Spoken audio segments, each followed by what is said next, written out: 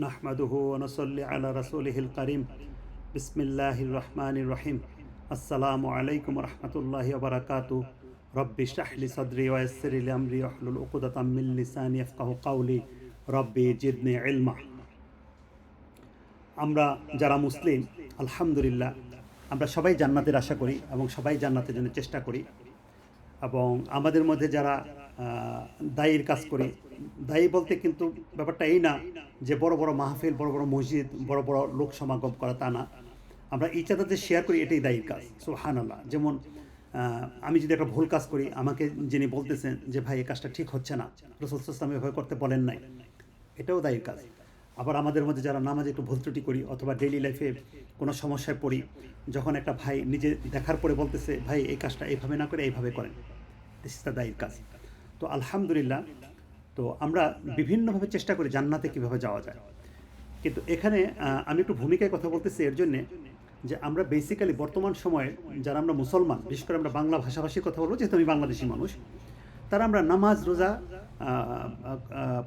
পড়াটা এবং অন্যান্য যে হজ জাকাত এগুলা কি বেহেশতে যাওয়ার প্রধান উপকরণ মনে করি। এটা অবশ্যই ঠিক, কিন্তু পাশাপাশি সামাজিকতা, সত্য কথা বলা এবং ডেইলি লাইফের যে রুটিন আছে, রাসূল সাল্লাল্লাহু আলাইহি ওয়াসাল্লাম সাহাবা একরামগণ যেভাবে চলাফেরা করতেন, এগুলোও কিন্তু ভেরি বিগ পার্ট।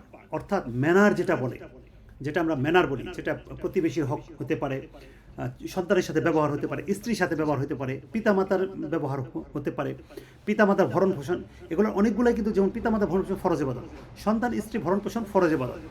কিন্তু বেসিক্যালি আমরা হয়ে গেছে কি, নামাজ রোজা হজ জাকাত অনেকেই আমরা করতেছি, হয়তো বা অনেকে আমরা কোরআনও পড়তেছি, সবই ঠিক আছে, এগুলো সবই বেহেশতে যাওয়ার উপকরণ।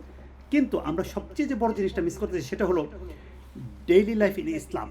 যে আমার লেনদেন, আমার সত্য কথা বলা, আমার প্রতিবেশীর সাথে সম্পর্ক, আমার আত্মীয়র সাথে সম্পর্ক, আমার স্ত্রী পুত্রদের সাথে সম্পর্ক, স্ত্রী সন্তানদের সাথে সম্পর্ক, এবং আমি যে রাস্তায় হাঁটাচলা করি, আমি যে গাড়ি ড্রাইভ করি, আমি যে এবাদত ছাড়া যে সময়টা আমরা পার করি, যেমন ঘুমের সময়, ঘুম থেকে ওঠার সময়, আমরা ঘরের যে ডেইলি লাইফে কাজ করি, সবই কিন্তু জান্নাতে যাওয়ার উপকরণ।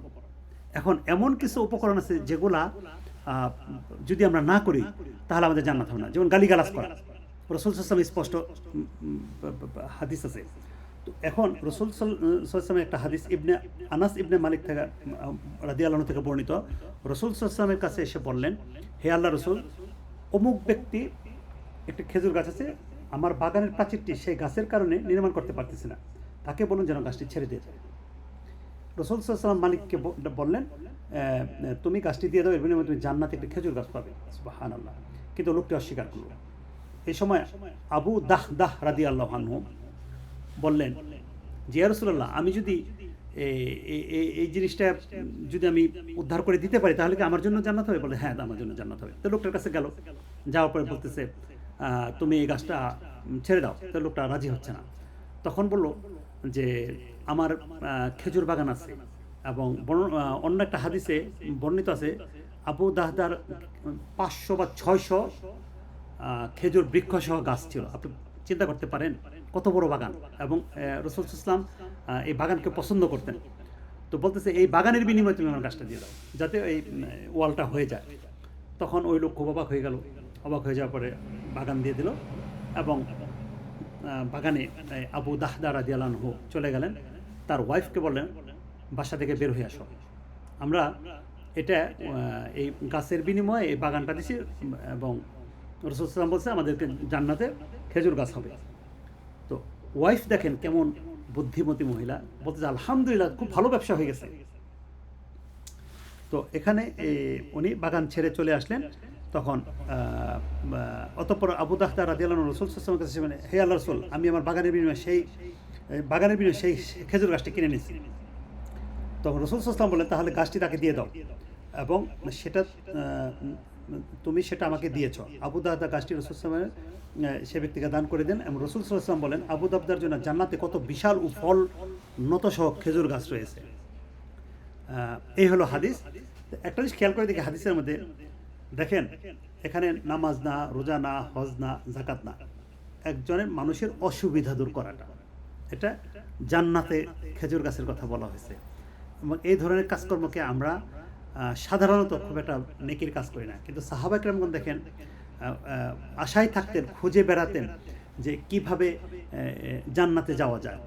এবং সাহাবারা কিন্তু শুধুমাত্র জান্নাত চাইতেন। আর আমরা এখন কি হয়েছি, দুনিয়া থাকুক মানে জান্নাতটাও হোক, ইট ডাজন্ট ওয়ার্ক। আমাদের দুনিয়াটা ততটুকু নিতে হবে, জান্নাতে যাওয়ার একটা ব্রিজের মতো করতে হবে। যে আল্লাহ এটা নিয়ামত দিচ্ছেন দুনিয়ার সব কিছু, কিন্তু এই নিয়ামতটা হইতে হবে যে একটা ব্রিজ, যে এই ব্রিজটা হেঁটে যাচ্ছি আমরা। এবং রসুল সাল্লাল্লাহু আলাইহি সাল্লাম বলছেন যে তুমি ট্রানজিটের মতো, মানে ট্রানজিট থাকে না আমরা প্লেনের এয়ারপোর্টের মধ্যে 1 ঘন্টা 2 ঘন্টা 3 ঘন্টা, এরকম ট্রানজিট যেরকম নেয় এরকমভাবে হয়ে যাও।